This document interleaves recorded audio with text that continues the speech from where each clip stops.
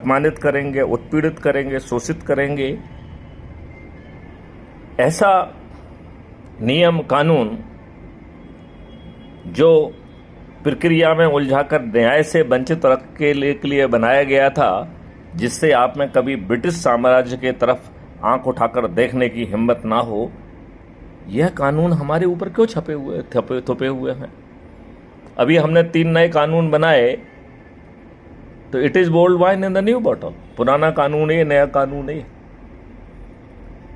क्या हम इतने दिमाग से पैदल हैं कि अपने लिए 3 अच्छे कानून नहीं सोच सकते हैं? ये राजनेता इतने दुष्ट हैं कि इन्होंने पहला चुनाव जो 1952 का हुआ था, उसमें भी बूथ कैप्चरिंग की थी।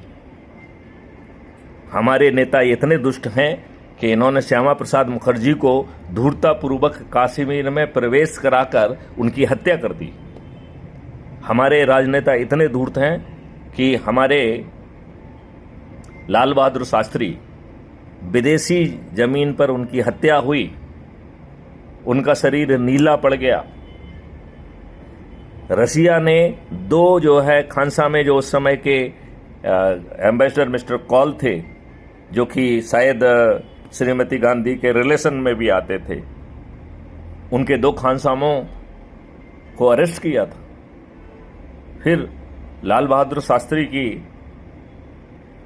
पत्नी की मांग के बावजूद भी पोस्टमार्टम क्यों नहीं कराया गया? श्यामा प्रसाद मुखर्जी की मां की मांग के बावजूद भी आप कितने दुष्ट हैं कि आपने उस समय ट्राम के किराए बढ़ा दिए, जो कि वेस्ट बंगाल की लाइफलाइन थी, और वहां की जनता ट्राम का किराया कम किया जाए, इस आंदोलन में घुसा के आपने श्यामा प्रसाद मुखर्जी की मौत का मुद्दा ही दबा दिया। और भाजपा जो इतनी बार जो है ना 13 दिन 13 महीने और फिर एक पूरा कार्यकाल माननीय अटल बिहारी वाजपेयी का, और अभी तीसरा कार्यकाल माननीय नरेंद्र मोदी जी का चल रहा है, इन्होंने जांच क्यों नहीं करा पाई? इनके दीनदयाल उपाध्याय संदिग्ध परिस्थितियों में मारे गए, इन्होंने ठीक ढंग से जांच क्यों नहीं की? लिहाजा सभी राजनीतिक पार्टियां, सभी राजनेता दुष्ट हैं।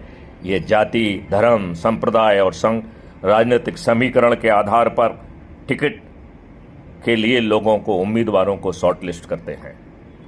यह इतने दुष्ट हैं कि इन्हें अच्छे लोगों में